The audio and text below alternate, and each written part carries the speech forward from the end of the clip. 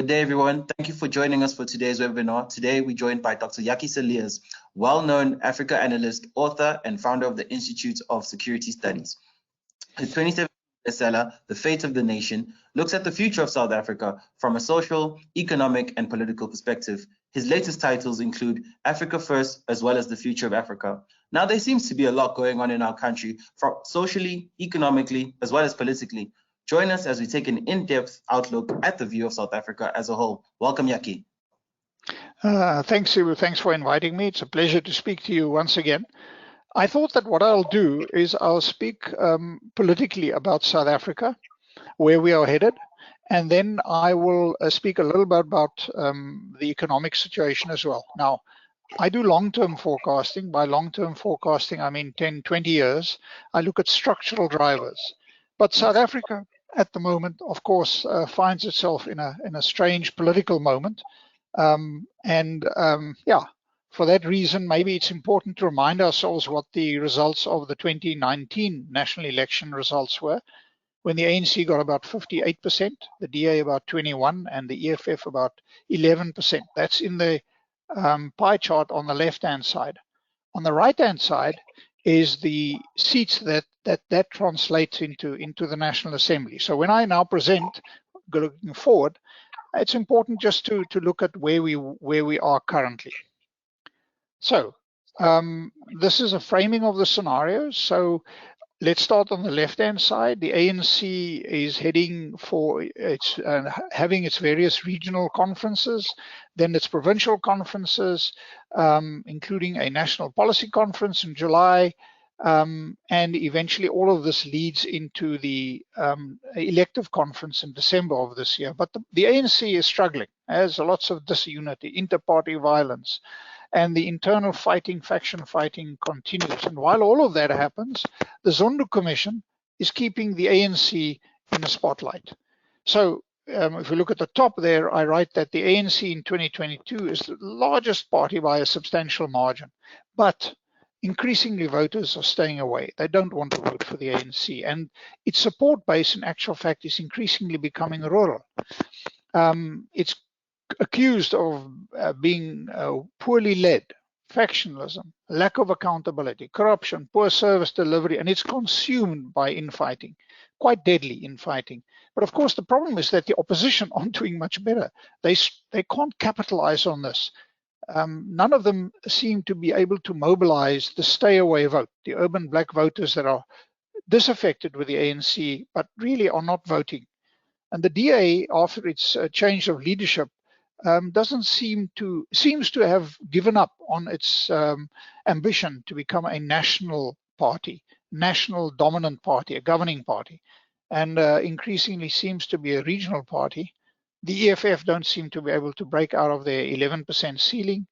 And one doesn't know where Action SA will go. The IFP seem to be doing a little bit better in KwaZulu-Natal. And there is clearly space for a new party, a new national party that will take South Africa forward. So this is the situation as we head towards December 2022.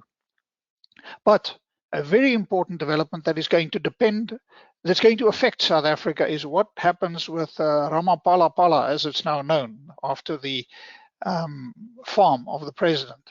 And this is, of course, because Arthur Fraser offered hearsay evidence that 5 men broke into the president's farm on the 9th of February 2020, which was a Sunday evening, stole a large amount of money, lived lavishly, and fled into Namibia.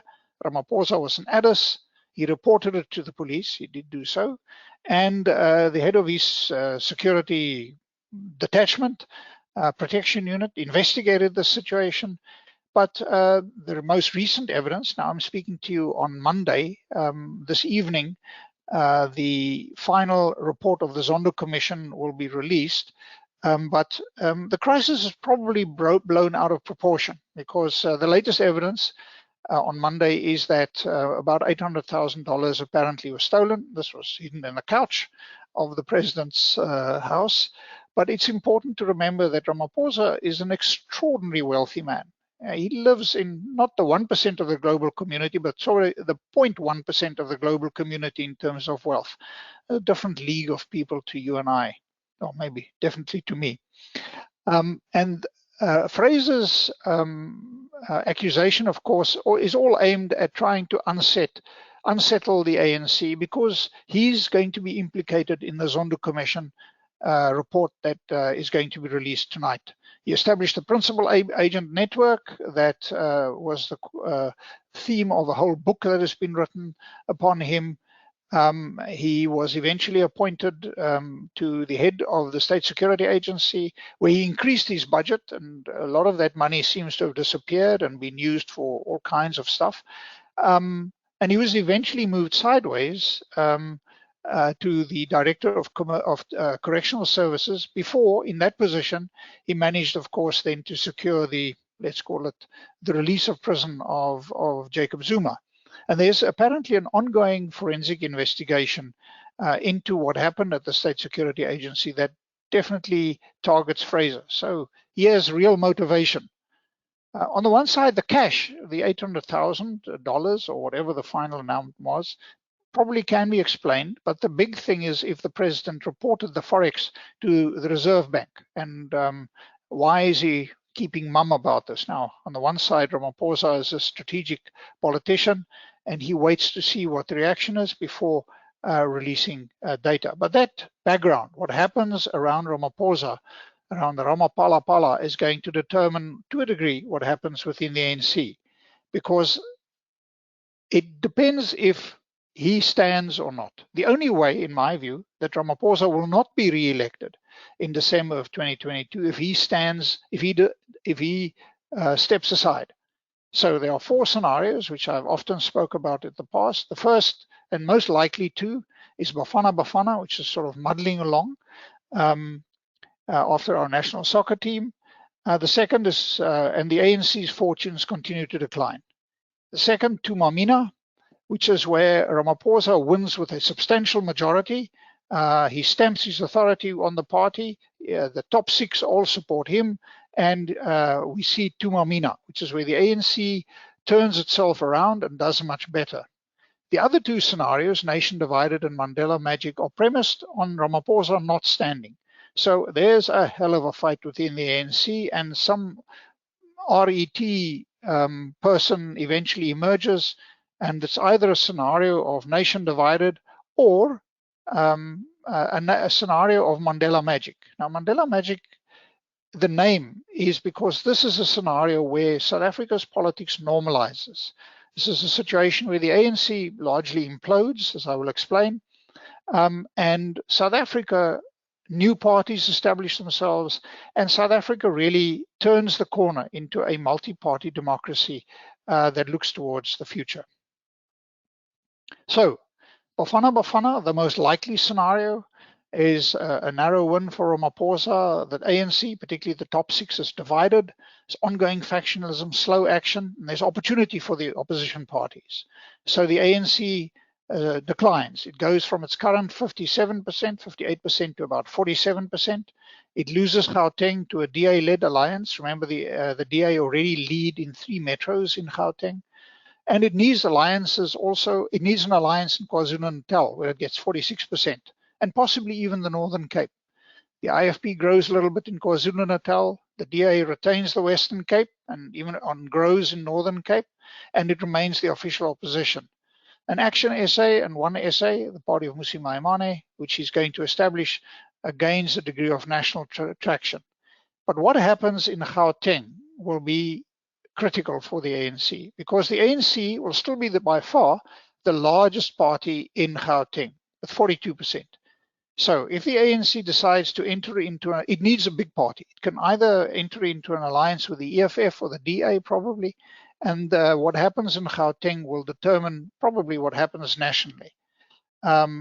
So if we then look at 2029, the next national elections, the ANC has lost the 2 key provinces.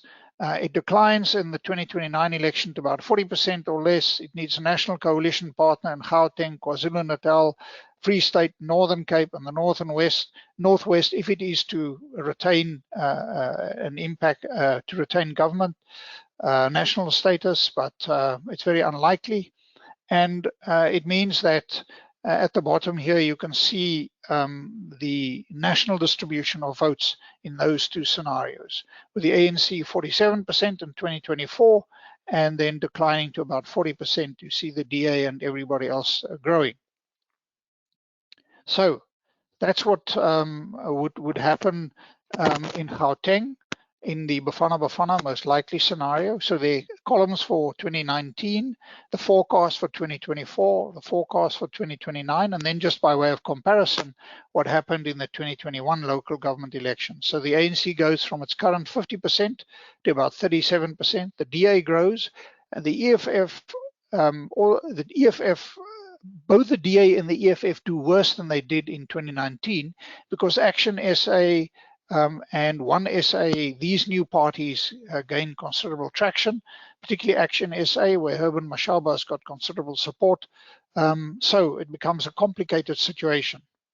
And this is what we see what happens at local government election in the Bafana most likely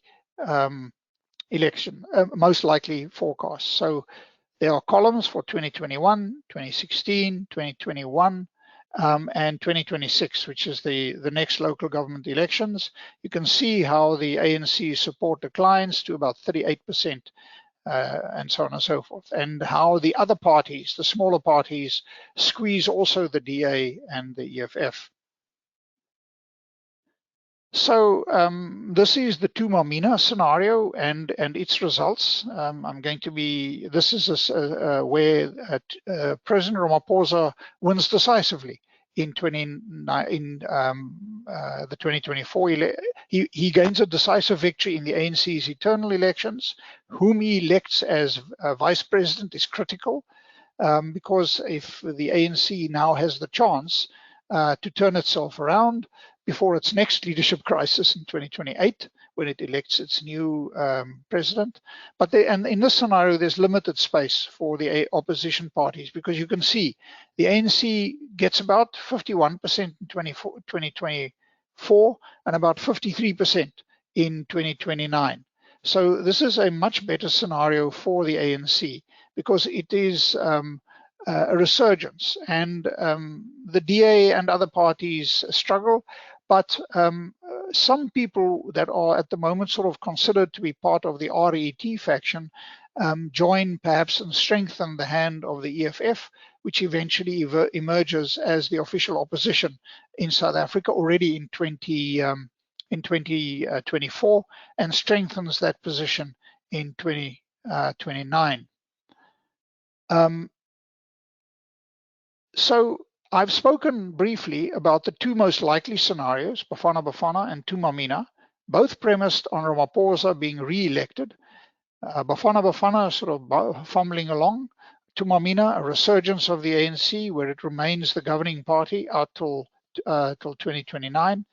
Now let's have a look at the less likely scenarios, where Ramaphosa does not stand for elections in December of this year within the ANC. And there are two scenarios, Nation Divided and Mandela Magic.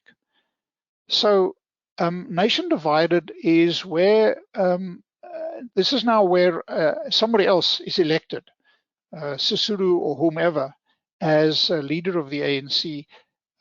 So it's a wounded ANC. It remains united, but it loses significant support. And there's strong growth amongst the opposition parties. So what you have is sort of complex, unstable governing coalition nationally with or without the ANC. The ANC support in this scenario is down to 36%. And it is reduced to opposition status in Gauteng, KwaZulu-Natal, Free State, and Northern Cape. And the opposition parties grow. The DA gets to 27%, the EFF to 13%. One SA and Action SA also emerge on the national stage. And what happens in the Nation Divided scenario, to an extent, depends to a large extent if there is potential for alliances amongst the various parties after elections. Because in 2029, the ANC support plummets to 28%, but it still leaves a few coalitions in Limpopo and the Eastern Cape, And the DA really does well in this scenario. Mandela Magic, on the other hand, is where, so remember, in this scenario, Mandela Magic, what happens is somebody else wins the elections to the ANC. Let's say Ace Magashule or whatever stands as president because his case is withdrawn or thrown out, and the country faces a crisis. Ramaphosa, who did not stand, is then convinced after, let's say, January, February next year, to establish a new party. And this new party of the Ramaphosa party, the Pala Pala party, does well, and Ramaphosa eventually emerges as president of South Africa in 2024. And he heads a governing coalition in coalition with the DA, Action SA, IFP, One SA, and so on and so forth. And you can see the results of that. And the ANC is now in opposition. This is why this is sort of literally the end of the ANC. So the difference between the Mandela Magic scenario and any other scenario is that you end up with a very clearly a opposition governing coalition in South Africa as early as 2024. And then you see mergers and so on happening, and probably by 2029, South Africa is an entirely different country. We have a new South Africa party that is perhaps the result of a merger between various parties, and you have also a merger in the opposition banks, which consists of the RET faction in the ANC and the EFF. Very different situation. So I've now spoken politics. Now I want to speak a little bit about economics. And in doing that, on Tuesday, President Ramaphosa is launching a new website that we have launched on the long-term future of South Africa. And I'm going to go there and look at what our forecasting platform tells us about South Africa's economic potential. Okay. So I'm going to, this is the website that President Ramaphosa launched on Tuesday of this week. And let's look at what our forecast for South Africa says about its potential growth. So this is a forecast that looks at what is the impact of various scenarios on the future of South Africa. And I'm going to show you one chart that shows on the GDP per capita of South Africa under different scenarios. So this is GDP, this is 2019, and the forecast is a long-term forecast out till 2043. And the chart at the bottom shows where we expect GDP per capita to go. You can see on the left-hand side the impact of COVID, and you can see sort of mediocre growth. And these layers on top of that current path forecast is what we expect the difference, the impact of different interventions would be. I'm not going to bore you with all the detail, but the implementation of the African Continental Free Trade Area has the largest potential. You can see the width of the breadth of that improvement in GDP per capita, followed by a manufacturing intervention. In other words, the opportunity that is presented by South Africa to trade into Southern Africa in the free trade scenario, which is the full implementation of the African Continental Free Trade Area, and an end to the deindustrialization of South Africa, present the largest potential for South Africa's growth. And if South Africa can do this, it can change the fortunes of the country around. There are 11 scenarios that are presented in this, and the website is open and free, and you can go and have a look at how we have modeled and done this. So what happens politically in South Africa can have a huge impact on what is going to happen economically. So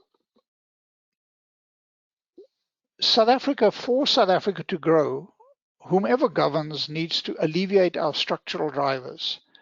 it's not possible for South Africa to redistribute our way to prosperity. We need sustained and rapid economic growth for decades, given the trajectory of slow growth that we have experienced, particularly under Jacob Zuma.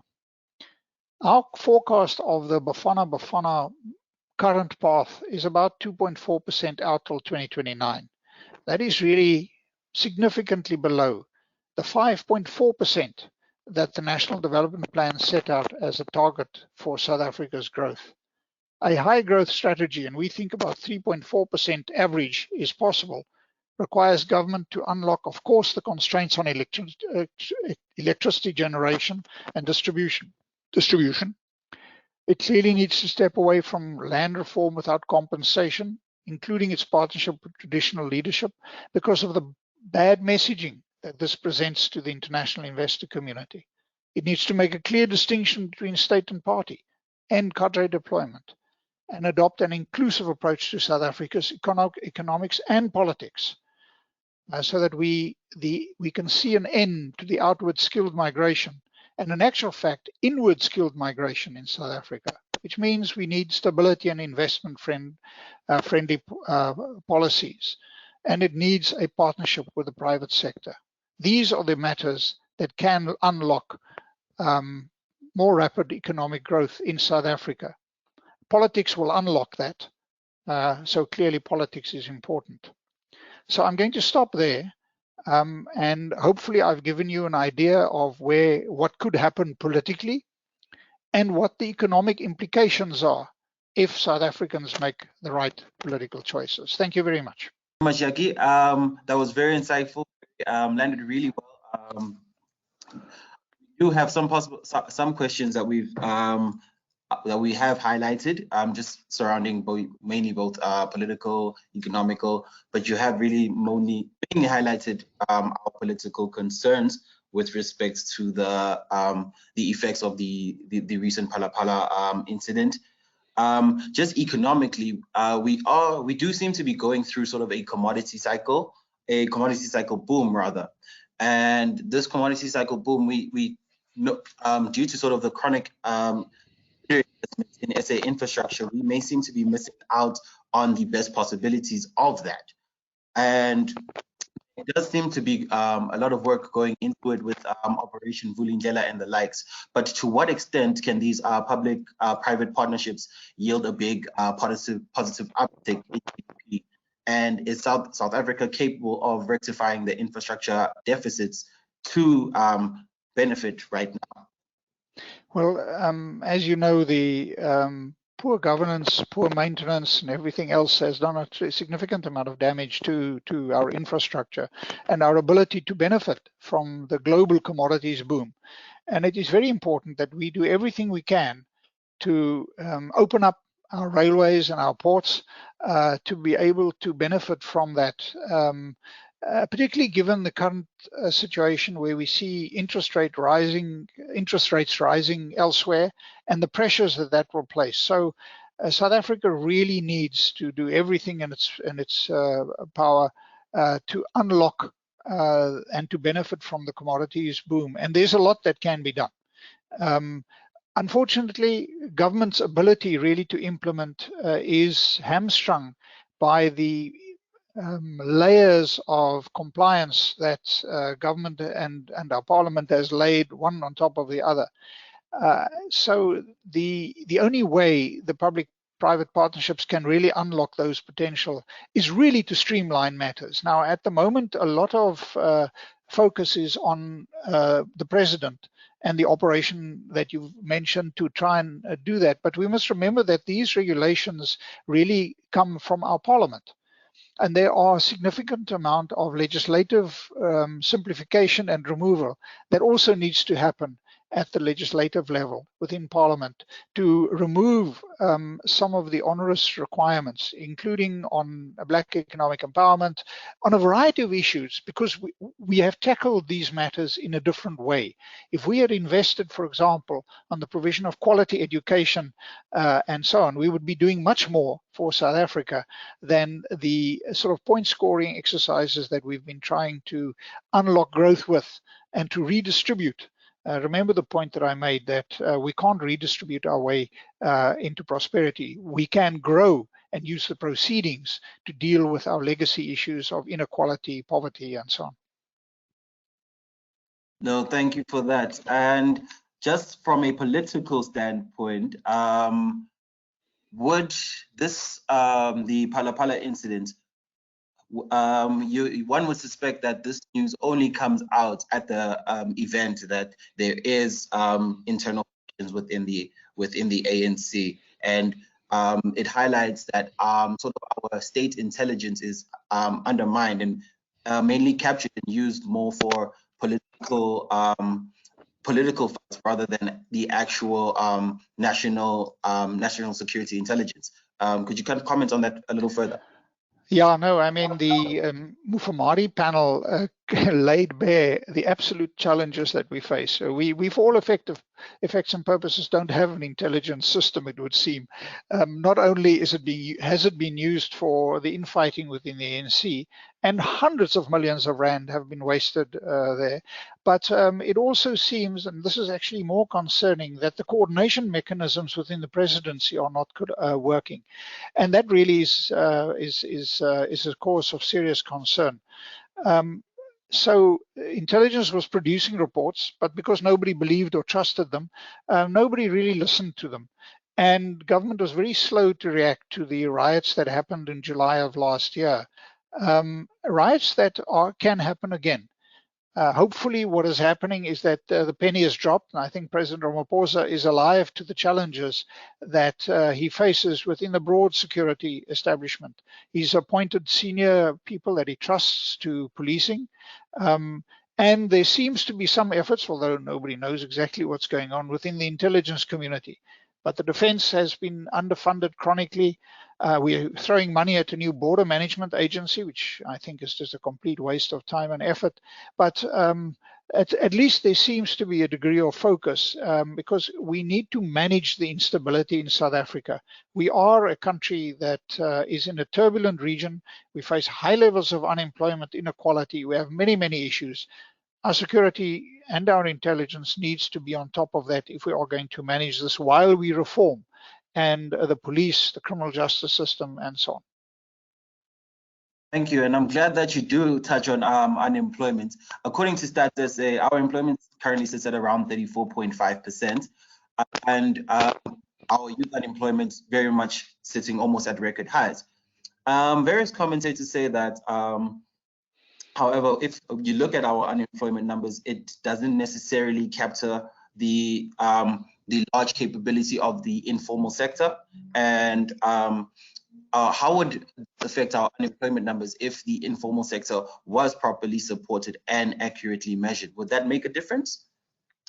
Not really, because the way economists define the informal sector or define employment is that they include employment within the formal, both formal and informal employment in their data. What South Africa actually has, we have an extraordinarily small informal sector by comparison to countries at similar levels of development. In other words, unlocking the informal sector can in actual fact absorb a significant amount, can provide some employment.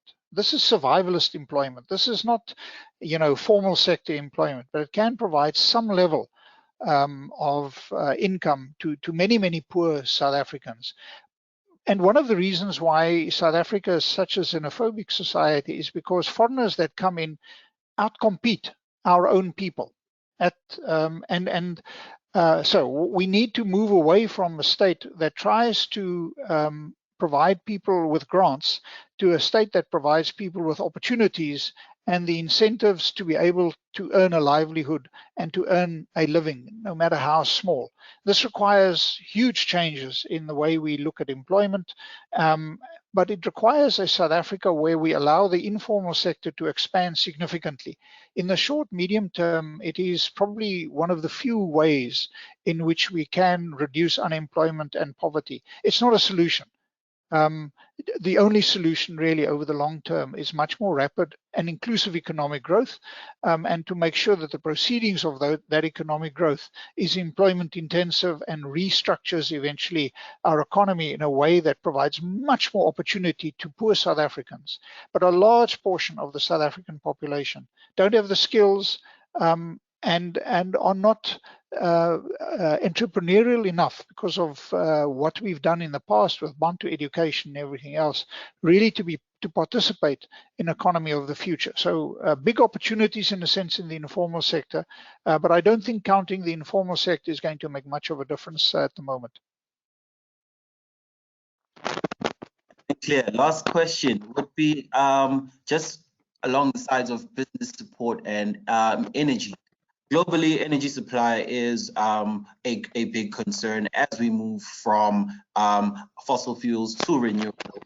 And now with the Russian conflict, we're starting to see the talk being about energy sustainability as well as supply. And when we move to a local sense, you're looking at Eskom, which we're largely dependent on. If you look at your phone, actually have just announced that we are going to level 2 load shedding. And it's just making it really hard for businesses as well as individuals to operate and participate in the economy. Now, government has done the 100 megawatt consensus plan, but do you think we can get our electricity supply to a stable as well as right energy mix? We can if we remove the impediments to Eskom. And if our IRP does not try and provide all kinds of constraints. The CSIR about a year, 2 years ago, did a least cost electricity supply modeling for South Africa. South Africa doesn't have that. What we have is we're trying to force, for example, nuclear and other considerations into our energy mix. We should really unlock the energy generation and distribution system to a much greater extent. But every time government tries to do that, it is hung up by its own requirements for the way in which the regulatory frameworks have been tightened to the extent that almost nothing moves. Every time government tries to move forward, whether it is on whichever sector, even in the IT sector, it is taken to court or it is held hostage by labor. We really need to reduce the regulatory burden in South Africa and really prioritize economic growth. And that requires not only action by the presidency, it requires action by Parliament. Where legislative change is implemented to reduce the regulatory burden, and we step away from many of the onerous requirements that may have been necessary and that are necessary, but they are not delivering the results that South Africa needs. What we need to move every impediment towards economic growth out of the way. Electricity supply is absolutely critical. All right, no, thank you very much. When talking about the outlook of the nation or just looking at the news, one had a sort of a negative outlook. Could you just leave our audience with some positive, easy wins that we can get our economy and get ourselves going? Close. So I've tried to make the argument that politics is important in South Africa and that we are entering a degree of turbulence and a degree of change that opens up the opportunity for new coalitions, alliances, and a complete restructuring of our economy. I think there's no doubt that the ANC in its current way that it operates is probably the biggest impediment to South Africa's growth. And I think that is changing. South Africans are taking ownership of their own futures, and the private sector is increasingly becoming a player. Not that the private sector is the answer to South Africa, but where we are now. It is the only sector that has many of the skills that can turn South Africa around. So very exciting times in South Africa. And as somebody who travels a lot, let me just make the point. I'm sitting in Sweden at the moment, that the South Africans think that the world is that their country is coming apart. If you travel, every country at the moment feels about that way. We live in a fantastic country with huge opportunity in a region that has got the most growth potential globally. So these are issues that we can and we will resolve, as we have done so many times in the past. We need to have confidence and take ownership for our take responsibility for the future ourselves. And that is what will change and is changing South Africa. So I'm quite positive about the future and of South Africa. And I'll be back in South Africa as soon as the winter is over. Very well said. Thank you very much for your time today, Jakkie.